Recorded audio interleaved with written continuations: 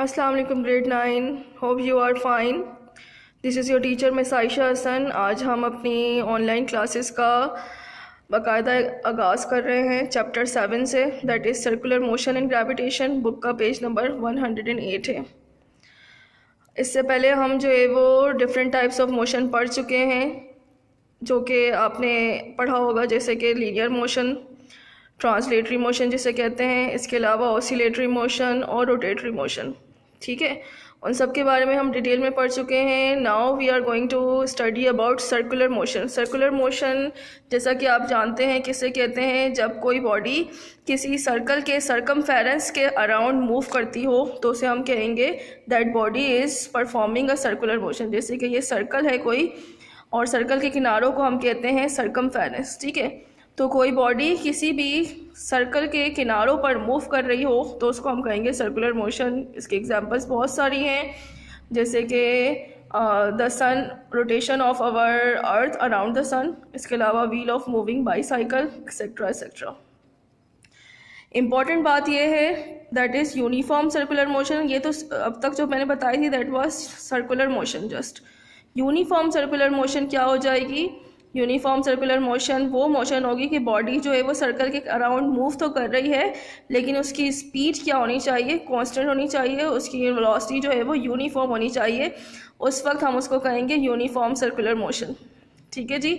लेकिन ये बात थोड़ा सा आपको समझने की कोशिश करनी चाहिए कि जब कोई body around the circle move कर रही हो तो सर्कल के अराउंड उसकी जो है वो डायरेक्शन बार बार क्या होती है? चेंज होती है। सपोज़ यहाँ पर जो है वो बॉडी कोई मूव कर रही है, और अगर वो उसने जो है वो बॉडी के इनर्शिया के हिसाब से तो उसने स्ट्रेट मूव करना चाहिए। ठीक है, लेकिन उसको क्योंकि सर्कल के अराउंड मूव करना है तो बार बार उसको जो है वो अपनी मैग्नीट्यूड सेम रखते हुए जस्ट अपनी डायरेक्शन को चेंज करना पड़ेगा। ठीक है, अपनी डायरेक्शन को चेंज करके वो जो है वो यूनिफॉर्म मैग्नीट्यूड के साथ सर्कुलरली मूव कर सकती है। राइट, सो इस हिसाब का जो मोशन होता है उसको हम कहेंगे uniform circular motion. Uniform circular motion के बाद जो है वो हमारा टॉपिक है सेंट्रीपिटल एक्सेलरेशन। सेंट्रीपिटल एक्सेलरेशन मैं आपको नोट्स में से समझा देती हूँ। नोट्स का आपका क्वेश्चन नंबर 1 है सेंट्रीपिटल एक्सेलरेशन। यहाँ पर जैसे कि लिखा हुआ है कि किसी भी बॉडी की जो डायरेक्शन होती है वो around a circle constantly change हो रही होती है। ठीक है, the direction of the body moving around a circular path with constant speed is continuously changing. तो सेंटीपिटल एक्सेलरेशन क्या होगी? चेंज इन वेलोसिटी को हम क्या कहते हैं? एक्सेलरेशन कहते हैं। सेंटीपिटल एक्सेलरेशन क्या होगा कि the acceleration possessed by a body revolving around a circular path with the constant magnitude of velocity, that is called centripetal acceleration. अब ये बात आप जहन में रखिएगा कि बॉडी जब सर्कुलरली मूव कर रही है तो उसका मैग्नीट्यूड नहीं चेंज करना है, जस्ट उसका जो है वो डायरेक्शन चेंज हो रही है। और आपको पता है कि वेलोसिटी में चेंज दो चीज़ों से आ सकता है, तो या तो उसका मैग्नीट्यूड चेंज हो जाए या फिर उसकी डायरेक्शन चेंज हो जाए। यहाँ पर जस्ट हम डायरेक्शन को चेंज कर रहे हैं। डायरेक्शन के चेंज होने की वजह से वेलोसिटी में चेंज आ रहा है, और वेलोसिटी में चेंज आने की वजह से एक्सेलरेशन प्रोड्यूस हो रहा है। That is called centripetal acceleration, जिसको हम मेंशन करते हैं AC से। ठीक है जी, AC का जो साइन आपको नज़र आ रहा है, this is centripetal acceleration. Centripetal acceleration बच्चों दो चीज़ों पे डिपेंड कर रही होती है।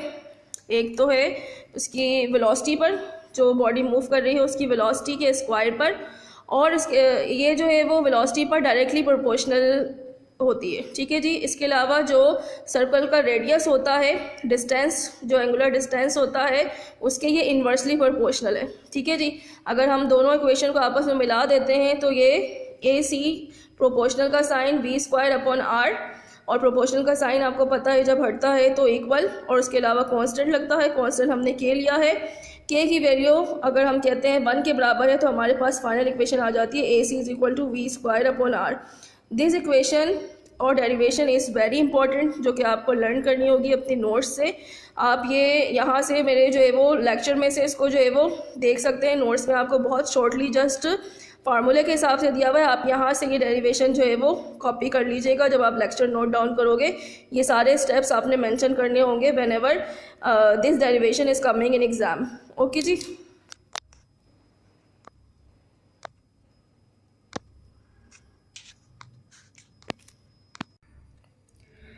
स्टूडेंट सेंट्रीपिटल एक्सेलरेशन के बाद हमारा नेक्स्ट टॉपिक है centripetal force. Centripetal is related to circular motion.